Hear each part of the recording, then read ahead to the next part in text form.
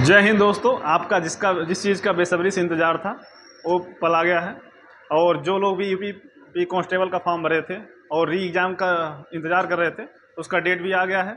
और अगले महीने यानी अगस्त में 23, 24, 25 और 30 और 31 अगस्त को डेट रखा गया है। और इन दिनों में आपका एग्ज़ाम होना है। तो दोस्तों, आज 26 जुलाई है और इस महीने में लगभग 5 दिन बचा है। और अगले महीने मान के चलिए 20-22 दिन, यानी 25 से 27 दिन का टाइम और आपके पास शेष है, यानी बचा हुआ है। तो इतने दिनों में आप अपनी तैयारी को कैसे समेटेंगे और जो भी आप पढ़ें उसका रिवीजन कैसे करेंगे अच्छे तरीके से, और एक महीने के अंदर जो तैयारी का स्ट्रेटजी होना चाहिए उसके बारे में हम बात करेंगे। कौन सी स्ट्रेटजी आप अपनाएं जिसके आप सफल हो सके। और हम ये बात क्यों करेंगे, किस आधार पर करेंगे, क्योंकि इस क्षेत्र में, इस फील्ड में लंबा अनुभव रहा है मेरा। 8 से 10 साल का अनुभव रहा है और मैं इस समय उप निरीक्षक यानी सब इंस्पेक्टर पद पर नियुक्त हूँ। और कम से कम 8 से 10 एग्ज़ाम मैंने क्वालिफाई भी किए हैं। और यूपी कांस्टेबल का एग्ज़ाम दो एग्ज़ाम, जो 41,520 वैकेंसी आई थी, एक 49 वैकेंसी आई थी, दोनों में मैंने क्वालिफाई किया था। तो दोस्तों, इस अनुभव को आपके साथ शेयर करेंगे और इससे आपको मदद मिलेगी। इस वीडियो को आपको देखेंगे तो आपका टाइम व्यर्थ नहीं जाएगा। तो आइए शुरू करते हैं। देखिए, यूपी कांस्टेबल का एग्ज़ाम में 150 प्रश्न आते हैं और टाइम होता है 2 घंटे का। 150 प्रश्न होते हैं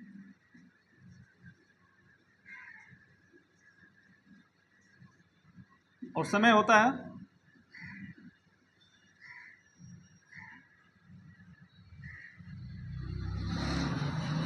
2 घंटे का टाइम होता है। और इसमें 4 पोर्शन दिए रहते हैं: मैथ, रीजनिंग, हिंदी और जीएस। ठीक है। देखिए, सबसे पहले हम बात करेंगे हिंदी की। देखिए, पहला क्या आता है? हिंदी।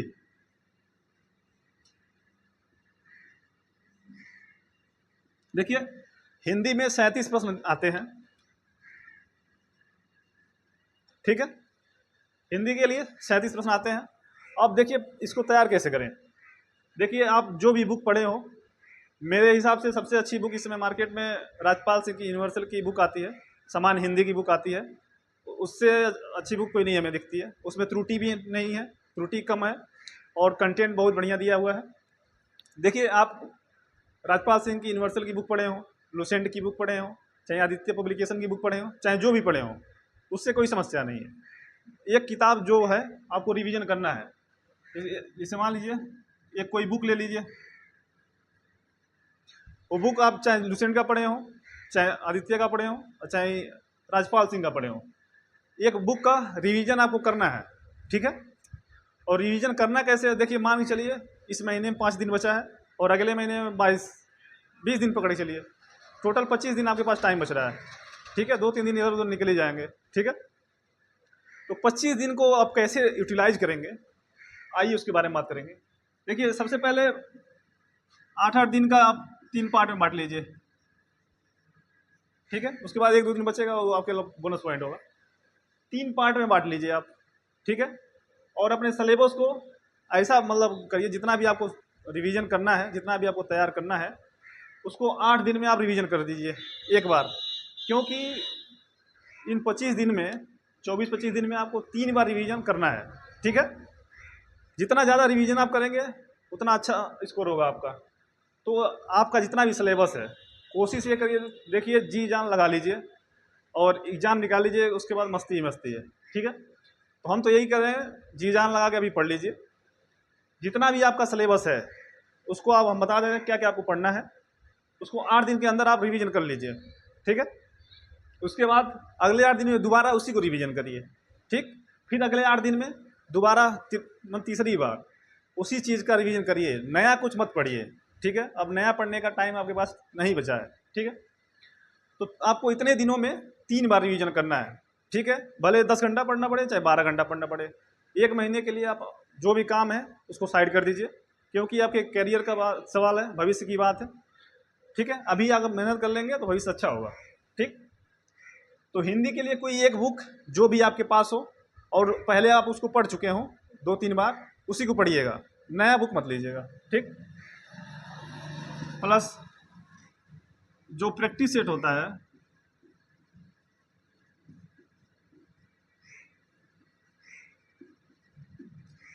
प्रैक्टिस सेट जो भी आप सॉल्व किए हों आज से पहले 20, 25, 30, 50 जो भी किए हों, उसको एक बार जितना उसमें हिंदी का प्रश्न होगा उसको आप देख लीजिएगा, और इसके साथ साथ उसको भी आप रिवीजन में डाल लीजिए।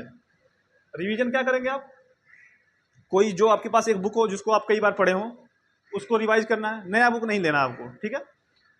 एक बुक उसको रिवाइज करना है, और प्रैक्टिस सेट जितना भी आप सॉल्व किए होंगे, ठीक है, और आगे जितना करेंगे उसमें जो हिंदी का क्वेश्चन होगा उसको आपको एकदम याद करके जाना है, ठीक है। 2 चीज़ें कर लीजिए, आपका हिंदी हम गारंटी देते हैं 37 में 37 सही होगा। बस आप रिवाइज अच्छे से करिएगा, और 3 बार आपको करना है। क्लियर है। अब ये तो हो गया हिंदी के लिए। उसके बाद बात करते हैं जीएस। देखिए जीएस में आते हैं आपके 38 प्रश्न आते हैं। क्लियर है। अब जीएस के लिए वही हाल है। जीएस के लिए आप कोई बुक पढ़े होंगे, लुसेंट पढ़े हो, चाहे किरण की बुक आती है, चाहे जो भी पढ़े हो, एक बुक आप जो आप पढ़े हो, ठीक है।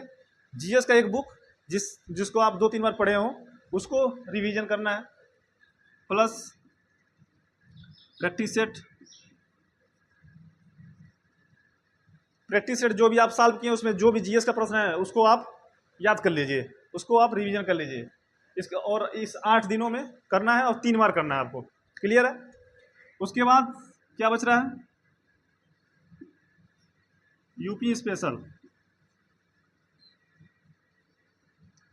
ठीक है। इसके बाद बच रहा है यूपी स्पेशल। देखिए यूपी स्पेशल अगर आप पहले से पढ़े हैं तो अच्छी बात है, और नहीं भी पढ़े हैं तो कोई बात नहीं, अभी भी 1 महीने का टाइम है। देखिए यूपी स्पेशल एक यूट्यूब पे इमरान सर हैं जो पीसीएस के लिए पढ़ाते हैं, सिविल सर्विस के लिए। उनका एक वीडियो है 4-5 घंटे का, मुझसे 5 साढ़े 5 घंटे का होगा, ठीक है। उसका लिंक हम वीडियो के साथ डाल देंगे, आप उस लिंक से उस वीडियो को देख लीजिएगा। उसको 5 घंटे का होगा, 5 साढ़े 5 घंटे का। उसको अगर आप देख लेंगे तो गारंटी है यूपी स्पेशल से एक भी क्वेश्चन आपका फंसेगा नहीं, ठीक है। और उसके बाद बच रहा है क्या, करंट अफेयर, ठीक है। उसके बाद करंट अफेयर बच रहा है। अब देखिए करंट अफेयर आप डेली पढ़ ही रहे होंगे, कुमार गौरव सर को सब लोग जानते हैं, ठीक है। और वनडे एग्जाम के लिए करंट अफेयर उनसे बेहतर हमें नहीं लगता कोई पढ़ा रहा है। अब पढ़ा रहा हो सकता है उनकी जानकारी नहीं हो, लेकिन मेरी नज़र में जहाँ तक है उनसे अच्छा अभी करंट अफेयर कोई नहीं पढ़ा रहा, ठीक है। तो कुमार गौरव सर का जो डेली आप क्लास ले रहे होंगे तो उसका वार्षिकांक आता ही होगा, और चाहे 6 महीने का पत्रिका जो आती हुई उत्कर्ष वाली उसको आप ले लीजिएगा, ठीक है। उसको आप रिवीजन कर लीजिएगा। बाकी और कुछ पढ़ने की जरूरत नहीं है आपको। उससे आपका क्या कवर हो गया, बुक पढ़ेंगे तो उसमें इतिहास भूगोल सब कुछ कवर हो जाएगा, पॉलिटी वगैरह जो आप पढ़े हैं कई बार। उसके बाद प्रैक्टिस सेट से कवर हो जाएगा हर पोर्सन। यूपी स्पेशल से आपका यूपी का कवर हो जाएगा, और करंट अफेयर से जो करंट अफेयर है वो कवर हो जाएगा। बाकी जीएस में और कुछ पढ़ने की जरूरत नहीं है आपको। इतना पढ़ लीजिए, आपका स्कोर बढ़िया होगा। 38 में आप 30 प्लस कर जाएंगे आराम से, अगर तैयारी अच्छी है तो। इसके बाद बात करते हैं मैथ।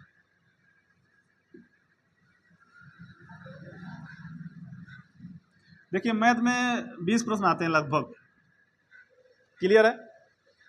तो मैथ में जो भी बुक आप पढ़े हो, ठीक है, जो भी बुक पढ़े हैं उस बुक के जितने भी चैप्टर हैं उसमें जो भी इंपॉर्टेंट फार्मूला है उसको एक पेज पे लिख लीजिएगा। एग्जाम में जाने से पहले इसको रिवाइज करना है, इसके साथ ही करना है। और जितना भी फार्मूला दिया है फर्स्ट मैथ का, सेकंड मैथ का, सब आपको एक जगह लिख लेना है, और एक बार रिवीजन कर लेना है सरसरी निगाह से। और ये नहीं कि पूरा क्वेश्चन लगाने लग जाएंगे, ऐसा नहीं करना है आपको। देखिए चैप्टर में एग्जाम्पल दिए होते हैं, हर चैप्टर में एग्जाम्पल दिए होते हैं, उसको सॉल्व कीजिए, उससे मतलब हर टाइप के प्रश्न लगभग कवर हो जाते हैं।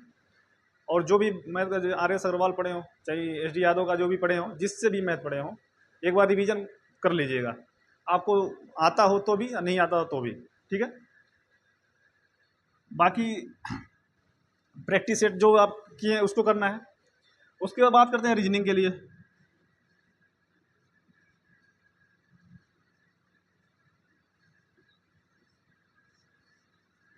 देखिए रीजनिंग में लगभग कितने प्रश्न आएंगे, वही 54-55 प्रश्न आते हैं। अगर 54 होंगे, 56 होंगे तो इसमें कम हो जाएगा, यानी लगभग 55 प्रश्न आते हैं रीजनिंग के लिए। तो रीजनिंग में जो भी आप बुक पढ़े हैं उसको करिए। तो देखिए मैथ और रीजनिंग में जो आपके कंसेप्ट है, जो फार्मूले हैं, उसको देखना है और एग्जाम्पल लगा डालिए पूरा, ठीक है। अपने हिसाब से जो भी आपका तरीका रिवीजन करने का हो, बस ये है कोई चैप्टर छूटना नहीं चाहिए। मतलब ये बाद में ना हो कि ये चैप्टर हम नहीं देखें और इस चैप्टर का क्वेश्चन गलत हो गया है, ठीक है, वो नौबत नहीं आनी चाहिए। तो मैथ और रीजनिंग में जो भी आप बुक पढ़े हों उससे आपको रिवीजन करना है, ठीक है। और उसका एक नोट्स बना लेना, शॉर्ट नोट, एक एक पेज का।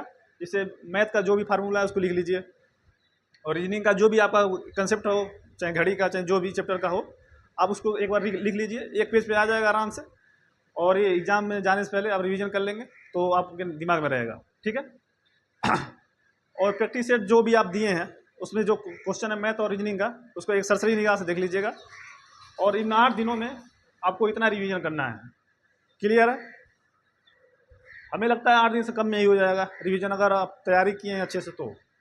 इतना रिवीजन करने के बाद देखिए 8 दिन में एक बार रिवीजन कर लेना है जितना कंटेंट दिया हुआ है, क्लियर है। फिर से अगले 8 दिन में आपको यही रिवीजन करना है, ठीक। उसके अगले 8 दिन में आपको यही रिवीजन करना है, क्लियर है। अब देखिए इसके बाद हम सबसे ज़रूरी चीज़ जो है उसके बारे में बात करेंगे।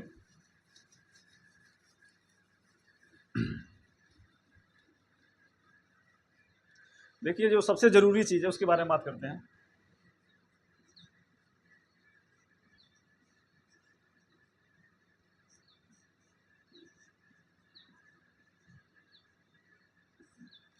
प्रैक्टिस सेट, ये इतना ज़रूरी चीज़ है, इसके बिना आपका एग्ज़ाम नहीं निकलेगा। ये हम लिख के दे सकते हैं, गारंटी के साथ कह सकते हैं, क्योंकि अपने पूरे जीवन काल में 1000-1500 प्रैक्टिस सेट सॉल्व किए ही होंगे हम, ठीक है। आपको लग रहा है फेंक रहे हो, लेकिन ऐसा नहीं है। 10 साल का अनुभव ऐसे थोड़ी हो जाएगा। तो प्रैक्टिस सेट का इतना महत्व है, हम दावा के साथ कह सकते हैं, अगर प्रैक्टिस सेट आप सॉल्व नहीं किए हैं तो आपका एग्ज़ाम नहीं निकलेगा। कड़वी है लेकिन यही सच्चाई है, ठीक है। तो अगर आप ये सोचेंगे कि 1 महीने में हमको ये सिलेबस का रिवीजन करना है और प्रैक्टिस सेट नहीं सॉल्व करना है, तो इससे बड़ी आप गलती नहीं करेंगे। ये सबसे बड़ी गलती है। देखिए 25 से 27 दिन का टाइम आपके पास बचा है, आप एक प्रैक्टिस सेट डेली, ज़्यादा की बात नहीं करेंगे हम, एक करिए, ठीक। अभी हम बात करेंगे मतलब प्रैक्टिस सेट का लाभ आपको क्या होगा, उसके बारे में बात करेंगे। देखिए एक प्रैक्टिस सेट डेली आपको सॉल्व करना है, और ऐसे नहीं सॉल्व करके छोड़ देना है, एक करिए और एक देखिए। और ऐसे नहीं कि मतलब एक प्रैक्टिस सेट सॉल्व कर रहे हैं तो उसको 4 पार्ट में करिए। जैसे मान लीजिए आप आधा घंटा भी किए, उसके बाद चले खाना खा लें, उसके बाद फिर करें, उसके बाद फिर खाना खा लें, तो ऐसे नहीं करना आपको। प्रैक्टिस सेट अगर करने बैठे हैं तो एग्ज़ाम में जैसे आप सीरियस होकर एग्ज़ाम देते हैं, उसी सीरियसनेस के साथ आपको देना है प्रैक्टिस सेट, ठीक है। और टाइम लगा के करना है। मार्केट में OMR करने के लिए एक आता है, OMR सीट आता है, जिससे आप गोला करना जान जाएंगे। उसका भी प्रैक्टिस करना ज़रूरी है, क्योंकि एग्ज़ाम में आप सही सवाल सॉल्व किए हैं, उसके बाद गोला करते समय 2-4 क्वेश्चन गलत हो जाते हैं, उसके वजह से बहुत लोगों का सिलेक्शन रुक जाता है। तो आपको क्या करना है, एक OMR सीट मिल जाएगा, उसको खरीद लेना, 20-25 रुपये का आएगा, 50-60 मिल जाएगा आराम से, ठीक है। और जितने का मिले 10, 15, 20 का आप ले लीजिएगा। और जब बैठिएगा आप एग्ज़ाम देने, और देखिए या तो आप कोचिंग कर रहे हैं तो कोचिंग में प्रैक्टिस सेट सॉल्व करिए, या तो ऑनलाइन करिए।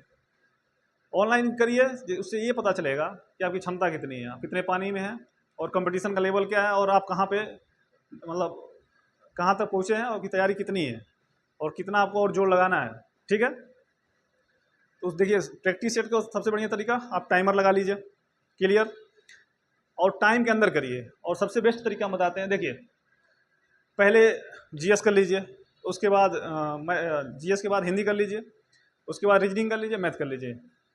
पहले मैथ में नहीं जाना, पहले रीजनिंग में नहीं जाना, क्योंकि उधर जाने से आपका ये क्वेश्चन छूट जाएगा। इधर का आसान आसान क्वेश्चन GS और हिंदी का, इसको बस पढ़ के लगाना होता है, तो इधर का क्वेश्चन आपको छूट जाएगा।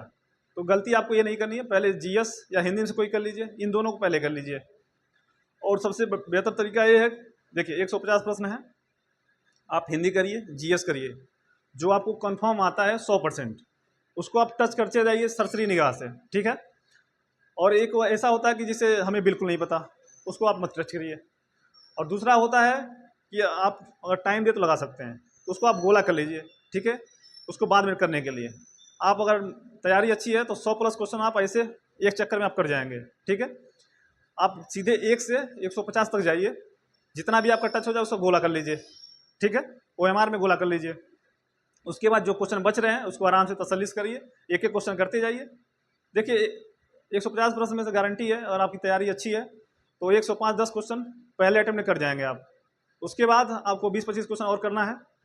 देखिए स्कोर आपका 120 प्लस रहेगा तो मुझे लगता है कि आपकी सफलता मतलब कोई नहीं रोक सकता। ठीक है, आप सफल होंगे ही होंगे, इस एग्जाम में आपका सफल होने से कोई नहीं रोक सकता। ठीक है, तो 120 स्कोर होने का मतलब ये है, देखिए वैकेंसी बड़ी है, 60,244 पोस्ट है, तो एक बार में ट्रेनिंग कराना पॉसिबल नहीं है। ठीक है, तो हमारे हिसाब से 2 बैच बनना ही चाहिए। 30,000 एक बार ट्रेनिंग में जाएंगे, 30,000 एक बार ट्रेनिंग में जाएंगे। इससे ज़्यादा बैच बन सकता है लेकिन इससे कम तो नहीं होगा, एक बार में ट्रेनिंग नहीं हो पाएगी। ठीक है, तो जिनका स्कोर बढ़िया रहेगा उनका पहले बुलावा आएगा, पहले लिस्ट में नाम आ जाएगा। तो हमारा कहने का मतलब ये है, आप स्कोर अच्छा करें और पहले लिस्ट में अपना नाम डालें। जिसे देखिए 6 महीने की ट्रेनिंग होती है, 6 महीने के बाद मान के चलिए 1 महीने का ब्रेक हो जाएगा बीच में, 6 महीने लग जाएंगे आपको। 6-7 महीने का आपका सैलरी पीछे हो जाएगा। आप मान लीजिए उतने दिन घर पे बैठ के इंतजार करेंगे, तो इससे अच्छा अभी मेहनत कर लीजिए और अपनी जो 6-7 महीने का जो वेतन है उसको पहले पाइए। जिससे मान लीजिए जो बाद में ट्रेनिंग करेंगे उसको बाद में मिलेगा, तो आप नुकसान हो जाएगा, 2-3 लाख का नुकसान हो जाएगा। तो क्यों नुकसान करेंगे आप। देखिए प्रैक्टिस सेट सॉल्व करेंगे, एक करेंगे और उसका एनालिसिस करेंगे कि देखिए गलती 2 वजह से होती है। एक तो आपको प्रश्न नहीं आता, ठीक, और एक आप क्वेश्चन पढ़ने के चक्कर में जल्दबाजी में गलत कर देते हैं। ठीक है, तो क्वेश्चन ध्यान से पढ़ना है और चारों ऑप्शन पढ़ना है। ठीक है, ऐसा नहीं कि पहला ऑप्शन मिला सही मार दिए, ऐसा नहीं होता। कभी कभी होता है कि लुभाने के लिए दे दिया जाता है पहला ऑप्शन और बच्चे गलती कर देते हैं, पूरा क्वेश्चन पढ़ते नहीं, देखते हैं आंसर दिख रहा है, मार के निकल जाते हैं। तो ये गलती नहीं करनी है, आपको पूरा क्वेश्चन पढ़ना है तसल्ली से, पूरा ऑप्शन पढ़ना है चारों, उसके बाद आपको लगा के आंसर मारना है। जल्दबाजी नहीं करनी है, आपके भविष्य का सवाल है, आपकी ज़िंदगी का सवाल है। ठीक है, देखिए अगर सफल हैं आप तो पूरी दुनिया पूछेगी, अगर सफल नहीं है तो मज़ा लेने वाले को कमी नहीं है। ठीक है, एनालिसिस बढ़िया से करना है और डेली एक प्रैक्टिस सेट आपको सॉल्व करना है, उसका एनालिसिस करना है। और जैसे मान लीजिए 150 प्रश्न है, उसके बाद अगर उस 150 में से कोई भी प्रश्न सामने आगे आता है तो वो गलत नहीं होना चाहिए, एनालिसिस इस लेवल का होना चाहिए। आगे अगर उस प्रैक्टिस सेट का क्वेश्चन अगर किसी प्रैक्टिस सेट में आ गया तो गलत नहीं होना चाहिए, अगर गलत हो गया तो आपने एनालिसिस अच्छा नहीं किया है। ठीक है, तो ये बात ध्यान रखेंगे, बिना एनालिसिस का कोई मतलब नहीं है प्रैक्टिस सेट का। ठीक है, और इसके फायदे क्या हैं ये बताते हैं। देखिए पहला फायदा, आप क्वेश्चन को पढ़ते ही समझ जाएंगे कि डिमांड क्या है, करना क्या है इसमें। ठीक है, दूसरा आपका स्पीड बढ़ेगा, माइंड आपका शार्प हो जाएगा, क्वेश्चन की समझने की क्षमता आपकी बढ़ जाएगी। और टाइम मैनेजमेंट जो सबसे ज़रूरी चीज़ है, एग्जाम से बोलते हैं लड़के कि समय कम पड़ गया, तो वो वाली समस्या कम हो जाएगी। देखिए आपको फाइनली एग्जाम में करना क्या है, प्रैक्टिस सेट ही सॉल्व करना है, और आप डेली करते रहेंगे वही काम तो उस दिन आप बेहतर करेंगे। और ये नहीं कि आज इसे देखिए, और आप जिस तरीके से आप कर रहे हैं प्रैक्टिस सेट सॉल्व उसी तरह से एग्जाम देंगे आप। ठीक है, ये उसमें कुछ नया मत कीजिएगा, नहीं तो दिक्कत हो जाएगी।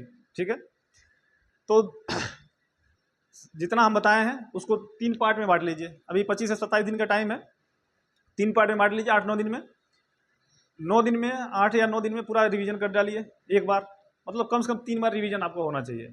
इतने दिनों में 3 बार आपका रिवीजन हो जाएगा आराम से। अगर तैयारी आप अच्छे से किए हैं, पहले से मन से किए हैं, तो वो आराम से हो जाएगा।